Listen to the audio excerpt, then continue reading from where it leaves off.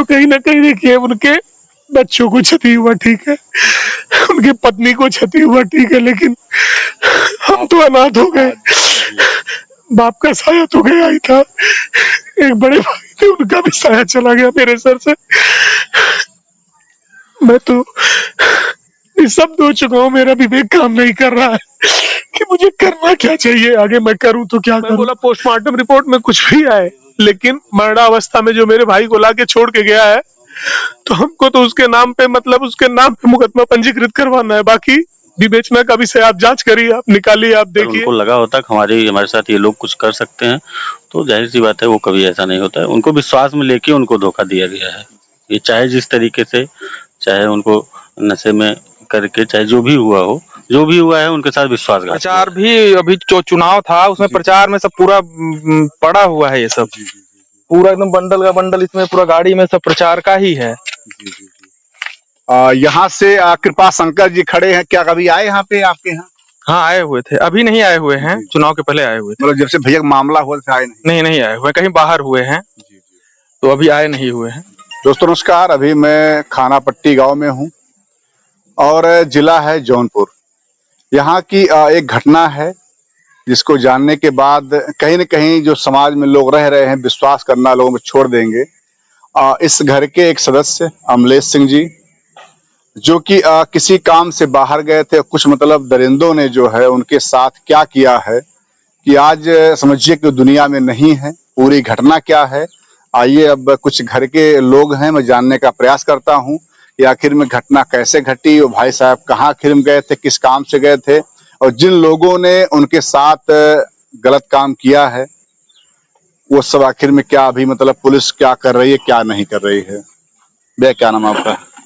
विजय सिंह, मैं उनका छोटा भाई हूँ और मुंबई में मेरा व्यापार है। शनिवार सूचना क्या मिली आपको? सूचना मुझे, ये मेरे चाचा के लड़के हैं राघवेंद्र प्रताप सिंह, इन्होंने मुझे फोन किया कि मतलब घर पे कोई आया था और गाड़ी स्कॉर्पियो जो है वो भी गाड़ी भी मेरे ही नाम पे है, मुंबई नंबर भी होगा, आप देखे होंगे MH48900003। तो इन्होंने बोला कि गाड़ी से कोई लेके आया था उनको और उनके मुंह और नाक से ब्लड निकल रहा था और वो अचेत अवस्था में थे, कुछ भी बोलने की कंडीशन में नहीं थे। फिर मेरी माँ गई उनके पास दौड़ के, तो कुछ मुंह में उंगली डालने की कोशिश की कि किसी भी तरह से उनका मुंह खुले और कुछ बोल पाए वहां से, लेकिन वो कुछ बोलने की कंडीशन, हाँ दांत बैठ रहा था और सिर्फ नाक और मुंह से ब्लड ऐसे चू रहा था, अपने आप दांत बैठ रहा था। फिर उसके बाद लोग उनको लेके, ये राघवेंद्र सिंह लेके भागे जौनपुर। सबसे पहले किसके यहाँ गए थे? BS उपाध्याय के यहाँ गए, तो उन्होंने देखते ही मतलब बोला कि नहीं, इनको एडमिट करने जैसा नहीं है। फिर ये मंगली भैया हैं, नहीं गांव के हैं, सम्मानित आदमी हैं, इन्होंने बताया किसके यहाँ बताया, कौन से डॉक्टर? पंकज सिंह। बोले जाओ वहां पे पंकज सिंह से मेरी बात कराना। लेकिन पंकज सिंह ने देखते ही बोला इनको कि जितना फास्ट हो सके लेके भागो, चांस नहीं है। लोग यहाँ से लेके गए, तो जैसे ही यहाँ पे एक जगह पड़ता है त्रिलोचन महादेव, जलालपुर के जस्ट आगे, वहां जब पहुंचे तो शरीर उनका शिथिल हो चुका था। जो उसके पहले सीने पे उनकी मिसेज भी गई थी, उनकी मिसेज जूनियर कॉलेज में टीचर है सरकारी, तो 3-4 दिन पहले वो भी आई हुई थी अभी, क्योंकि गर्मी का छुट्टी हुआ, इलेक्शन में ड्यूटी था, खत्म हुआ तो घर पे ही थी। तो वो और ये राघवेंद्र सिंह दोनों लोग लेके जा रहे थे फिर त्रिलोचन महादेव के पास। इन्होंने भाभी को कुछ नहीं बोला, लेकिन शरीर उनका स्थिर हुआ, तो बल्कि ये भाभी से बोला कि उनको आराम हो रहा है, आप सीना हल्का हल्का चलाते रहिए। यहाँ से मेरी माँ और ये मेरे चाचा लगते हैं देवदत्त सिंह जी, ये इनका घर है। ये सारे लोग मेरे परिवार के हैं, जितना मकान आप देख रहे हैं। मेरे दादाजी 3 भाई थे, उनके 2-2, 4-4 लड़के। फिर ये मेरे माँ को लेके यहाँ से निकले, तब तक राघवेंद्र ने फोन किया कि बड़की मम्मा तुम आओ मत, भैया ठीक है मैं लेके आता हूँ। और ये मुझे रोते हुए फोन किया कि आप वहां से आ जाइए। रात में हमने ट्राई लिया, कोई फ्लाइट वहां से था नहीं। इंडिगो सुबह 7:50 का फ्लाइट वहां से निकला। ये जो कपड़ा आप देख रहे हैं बम्बई से यही पहन के मैं अपने ऑफिस में था, वहीं से मैं एयरपोर्ट चला गया,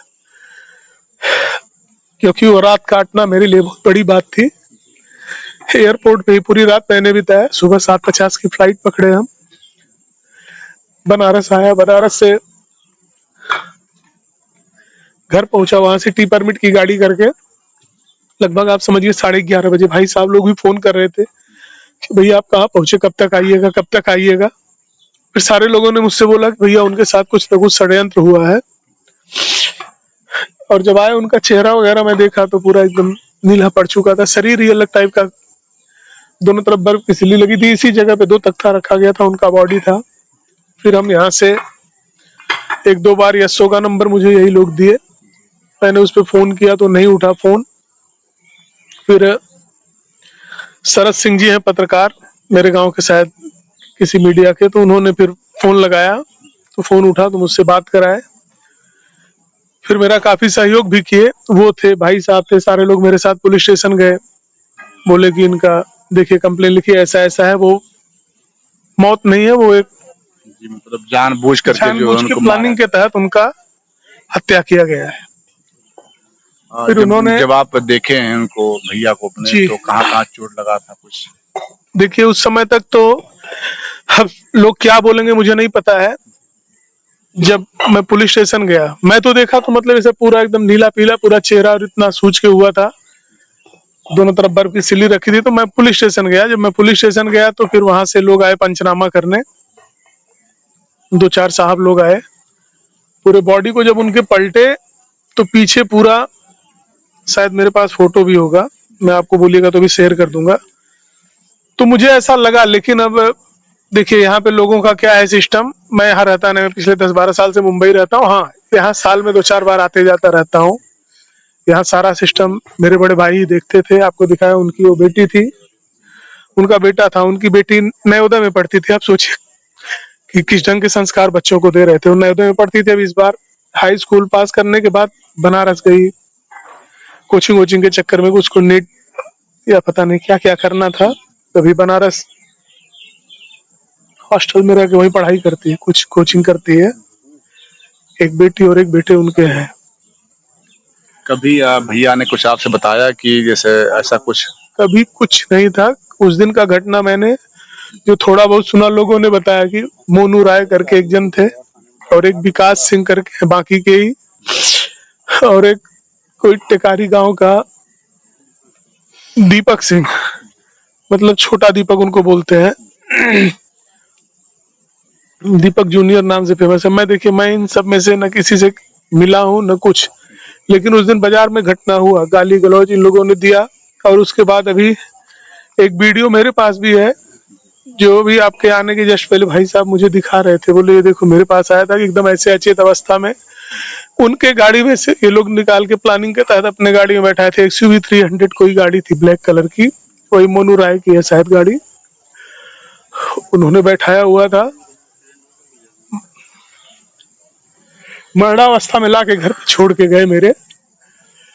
आज जाने वाला हूँ FIR करने, और सीधा सुनिए, इसमें प्रशासन से मेरा एक ही मांग है कि न्याय दे।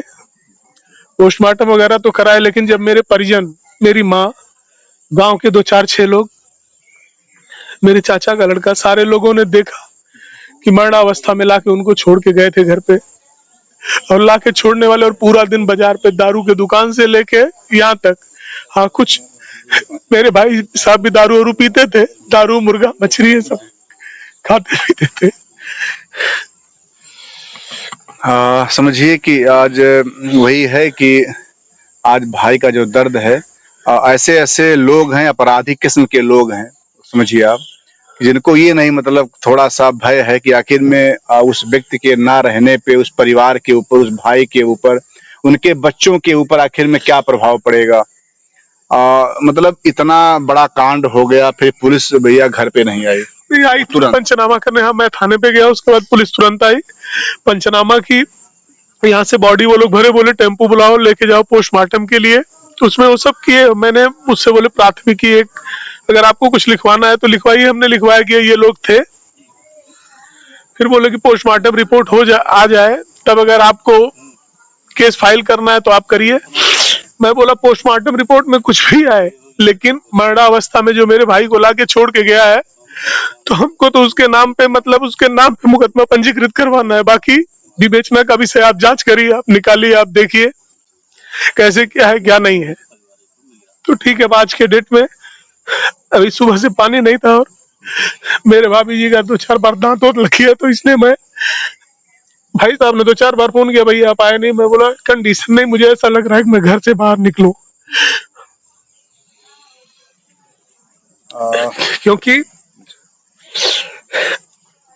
10-12 साल पहले मेरे पिताजी का स्वर्गवास हो गया था, तो आज तक कभी न तो कोई जिम्मेदारी गांव घर का मेरे ऊपर आया था, न तो आज तक कभी उन्होंने महसूस होने दिया मुझे कि मेरे पिताजी नहीं है। तो कहीं ना कहीं देखिए, उनके बच्चों को क्षति हुआ ठीक है, उनकी पत्नी को क्षति हुआ ठीक है, लेकिन हम तो अनाथ हो गए। बाप का साया तो गया ही था, एक बड़े भाई थे उनका भी साया चला गया मेरे सर से। मैं तो निःशब्द हो चुका हूँ, मेरा विवेक काम नहीं कर रहा है कि मुझे करना क्या चाहिए, आगे मैं करूं तो क्या करूं। फिर भी जैसा भी हो, प्रशासन से यही उम्मीद रखता हूँ कि न्याय मिलेगा। अब उनको मैं वापस तो नहीं ला सकता, लेकिन मेरे भाई के साथ अगर किसी ने भी ऐसा किया है तो खुलेआम तो नहीं घूमना चाहिए, यही उम्मीद है मेरा, समझ लीजिए योगी जी से।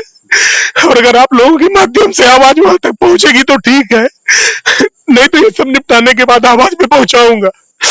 इसके लिए मुझे अपना धंधा व्यापार सब कुछ त्यागना पड़ जाएगा, मुंबई से यहाँ तक मैं त्याग दूंगा, लेकिन इस मुद्दे को मैं ऐसे नहीं छोड़ूंगा, क्योंकि मैंने अपना भाई खोया है और 13 साल 14 साल के बच्चों के सिर से बाप का साया गया है। इसलिए न्याय की उम्मीद तो है कि योगी बाबा और थाना अध्यक्ष महोदय पूरी सच्चाई के साथ न्याय करेंगे मेरे साथ। मैं आज अभी जाने वाला हूँ, आज 2 तारीख है, थोड़ा सा हालत ठीक नहीं है मेरे परिवार का, इसलिए उनको छोड़ के भी नहीं हट पा रहा हूँ। तो कहीं ना कहीं सुनिए, मैं गाँव देश में बहुत लगाओ तो लोगों से नहीं रखा था, लेकिन एक फोन पे भाई भी तुरंत आगे भाग के, मैं बोला कि भाई मैं थोड़ा आने की कंडीशन में नहीं हूँ। बोले भैया 2 मिनट में मैं आता हूँ, चलिए मैं आपके साथ चल रहा हूँ। तो कहीं ना कहीं सब सहयोग से उम्मीद है कि न्याय मिलेगा। बाकी आप लोग आए हैं कहीं से सुन के, तो सूचना आपको भी मिला ही होगा कि कुछ ना कुछ ऐसा हुआ है। भैया क्या लगता है आपको इस सब मैटर पे? देखिए, कोई भी मामला हो, अगर हत्या हुई है तो ये निंदनीय है, और इस पे शासन प्रशासन का पूरा सहयोग हम लोगों को चाहिए, और ये हम लोगों का अधिकार, हम लोग लेके रहेंगे। ऐसा नहीं कि हम शासन प्रशासन के भरोसे ही बैठेंगे, हम लोग ऊपर तक जाएंगे। किसी भी कंडीशन में जो भी घटना हुई है उसका पटाक्षेप होना चाहिए। जिस तरह से तमाम प्रशासन के वो भी रहते हैं दावे की गुंडे अपराधी सब मतलब बिल्कुल भाग गए हैं इस राज्य प्रदेश से, आखिर में कैसे इन लोगों को इतना मनोबल, इनके अंदर इतना भय नहीं रह गया, कितना बड़ा कांड कर दिया उन लोगों ने? जो भी घटना हुई है, ये गुंडे बदमाश वाली घटना नहीं है, लेकिन ये विश्वासघात हुआ है। अगर विश्वासघात नहीं होता तो कोई उनके नजदीक नहीं आ सकता था। शरीर से भी मजबूत थे, सब किसी भी चीज में वो कमजोर नहीं थे। लेकिन ऐसी घटना जो हुई, ये कहीं न कहीं समाज के लिए बहुत बड़ी हानि है, ये विश्वासघात है। ऐसे में कोई किसी के साथ कैसे विश्वास कर पाएगा? कोई भी हो, कोई भी किसी के साथ खाना खा रहा है, हर आदमी, जितने लोग बैठे हैं, कहीं न कहीं किसी न किसी के साथ खाते हैं। तो ये घटना अति निंदनीय है। मतलब ये रहा कि अमलेश जी को ये नहीं लगा थोड़ा सा भी कि ये लोग जो हमारे साथ में आज चल रहे हैं कभी घात कर सकते हैं? बिल्कुल नहीं लगा। अगर लगा होता तो वो सक्षम थे, ऐसा नहीं वो कमजोर नहीं थे या निर्बल दुर्बल भी नहीं थे। अगर उनको लगा होता कि हमारे साथ ये लोग कुछ कर सकते हैं, तो जाहिर सी बात है वो कभी ऐसा नहीं होता है। उनको विश्वास में लेके उनको धोखा दिया गया है। ये चाहे जिस तरीके से, चाहे उनको नशे में करके, चाहे जो भी हुआ हो, जो भी हुआ है उनके साथ विश्वासघात हुआ है। और जो भी लोग इसके पीछे हैं उसके लिए हम लोग पूरी लड़ाई लड़ेंगे, किसी भी कीमत पे। ये परिवार हम लोगों का है, इसके लिए किसी भी हद तक हम लोग जाएंगे। जी। आइए हम थोड़ा सा उनके भाई से बात कर लेते हैं। भैया अभी भाई साहब हैं क्या? नहीं, वो गए अच्छा। तुम्हारे पास गए ना। भैया क्या नाम आपका है? राघवेंद्र सिंह। जी, तो अमलेश जी आप क्या लगते थे? भाई लगते थे। घटना में क्या जानते हैं? घटना, जब मैं बाजार में था तो भैया की गाड़ी क्रॉस किया, कौन बाजार? सिकरारा बाजार से। तो गाड़ी, मैंने सोचा कि मैं फोन करूंगा भाई साहब को। तो भैया का मतलब आप बाजार में थे और भैया गाड़ी वहां हाँ, तो मेरे पास गांव से फोन गया कि भैया का हालत बहुत सीरियस है, आप जल्दी भाग के आइए। मैं तुरंत भाग के आया, यहाँ से लेके आया हॉस्पिटल। उनके मुंह से ब्लड नहीं रुक रहा था, तो जौनपुर लेके। सुबह भैया यहाँ से निकले हैं? हाँ, सुबह भैया टहल रहे थे, मेरे से मिले भी। भैया मेरे सुबह करीब 5:30-4 बजे उठ जाते थे, तो मैंने सुबह देखा टहलते थे, टहलने के बाद दूध लेने जाते थे। तो उस दिन जब दुकान पे गए तो वो दूध वाला बोला भैया आज दूध नहीं है। भैया बोले चलो ठीक है। तो स्कॉर्पियो वहाँ मशीन है एक, वहाँ पे खड़ी थी, तो वहां से गाड़ी लेके ये 9:30 बजे चले गए थे। उसके बाद हमारी मुलाकात भैया से फिर शाम को उसी हालत में हुआ, गंभीर हालत में। यहाँ से लेके उनको जौनपुर गए, जौनपुर से ब्लड नहीं रुक रहा था उनका मुंह से, तो जौनपुर ले गए, जौनपुर से जवाब दे दिए इनको लेके बनारस जाइए। उसके बाद बनारस रास्ते में ही त्रिलोचन महादेव क्रॉस कर रहे थे, तो उसके आगे पिंडरा, उसके आगे बाबतपुर, फिर वाराणसी। आइए हम दिखाने का प्रयास, रास्ता है भैया, आइए हम दिखाने का प्रयास करते हैं कि जिस मतलब स्कॉर्पियो में अमलेश जी यहाँ से गए थे, उस स्कॉर्पियो की मतलब क्या दुर्गत की गई है। उसका जो मतलब पीछे वाला पोर्शन है वो पूरा तोड़ दिया गया है, और उनके साथ जो 2 या 3 लोग थे, उन लोगों ने पूरा यही प्रयास किया है कि मतलब उनके साथ जब तक उनको घुमाया गया, टहलाया गया, और ये बताया गया कि मतलब जब तक इनको इस तरह कंडीशन में छोड़ना है कि ताकि ये मतलब फिर अगर दवा भी कराते हैं तो बचेंगे नहीं। देखिए सामने ये आपको दिख रही है, इसमें बीजेपी का झंडा लगा हुआ है, ये वही मतलब स्कॉर्पियो है, और इसी में अमलेश जी सुबह में, भैया सुबह में गए थे इस गाड़ी से, तो क्या वो भाई साहब मतलब वो अकेले थे कि ड्राइवर था सबने? नहीं, उनके साथ गए तो अकेले थे। हाँ। देखिए ये मतलब गाड़ी इस तरह तोड़ी गई है, इसका पूरा शीशा जो है ये सब पूरा तोड़ दिया गया है, ये सब पूरा मतलब नीचे इसका जो है बैठ गया है। क्या भैया आपको लगता है कि इसे ये तोड़ा गया है किसी पेड़ के, क्या मतलब कुछ दिख रहा है? नहीं, वो प्लान के तहत किया गया हुआ है, इनके कुछ दुश्मन भी थे, तो वो प्लान के तहत ही किया हुआ है। इनको पहले 2 घंटा घुमाए हैं, जब गंभीर हालत हुआ है तो छोड़ दिए हुए हैं। जी जी। क्योंकि ये वो लोग इनको क्षेत्र से बाहर लेके चले गए थे। जी जी। क्या नहीं हुआ तो था? उनको भैया को लेके क्षेत्र से बाहर चले गए थे, जो लोग थे आपत्तिजनक लोग। अच्छा अच्छा, मतलब वो लोग क्या बराबर आते जाते थे भैया के यहाँ पे, ऐसा कुछ? हाँ, आते थे, कुछ लोग थे, जैसे गांव क्षेत्र के भी जो जितने भी क्षेत्र भैया के साथ रहते थे भी, इनके संरक्षण में भी लोग रहते थे, मगर वो लोग मौका पा गए। उस दिन लोग कुछ लोग नहीं थे तो बाहर लेके चले गए कहीं। तो भैया क्या लगता है कि मतलब दुश्मनी क्या हो सकता है? क्या वो लोग नहीं चाहते भैया आगे बढ़े, या मतलब कुछ द्वेष भाव उन लोगों का ऐसा था? नहीं, प्लान के तहत ही किया गया, कुछ दुश्मनी रहा होगा। रंजिश, हम तो मुंबई ही रहते हैं भाई साहब के साथ। भी रहते हैं? हाँ, हम इनके छोटे भाई के साथ मुंबई ही रहते हैं। जी जी जी।